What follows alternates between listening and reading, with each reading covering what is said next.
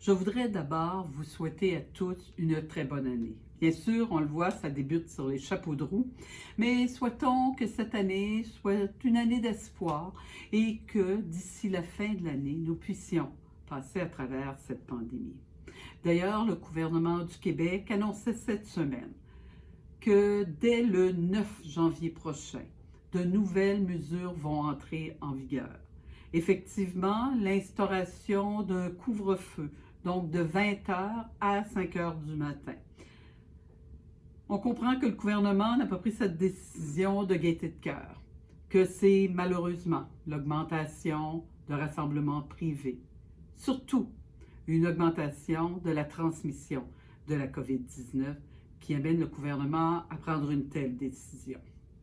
Il souhaite probablement donner un traitement choc pour gagner cette course contre le COVID-19, mais surtout sauver des vies et sauver notre système de santé. Ce que nous devons retenir, c'est que bien sûr, à part pour aller travailler quand on doit se déplacer, quand nos jeunes vont à l'école pour nos besoins essentiels, il faut rester chez nous. Éviter la possibilité de transmettre ou de recevoir le virus. Je suis consciente que ces mesures sont difficiles, vont être difficiles pour plusieurs d'entre vous, mais soyez assurés que la ville de Sainte-Julie demeure là, disponible, présente pour les besoins des citoyens.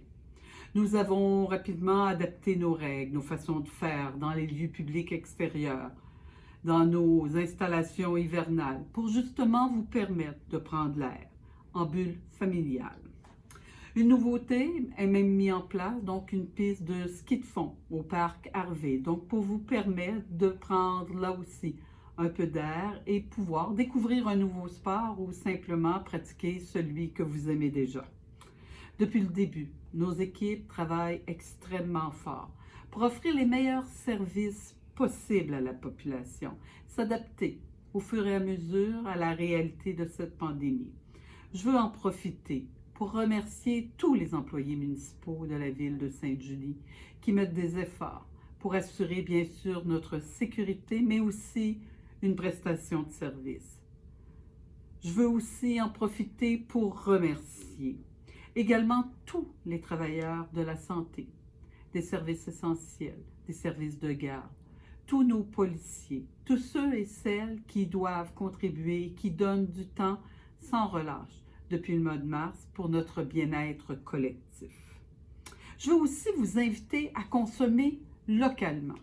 Oui, c'est important parce qu'un jour, cette pandémie prendra fin et il est important qu'il y ait encore des commerces à Sainte-Julie.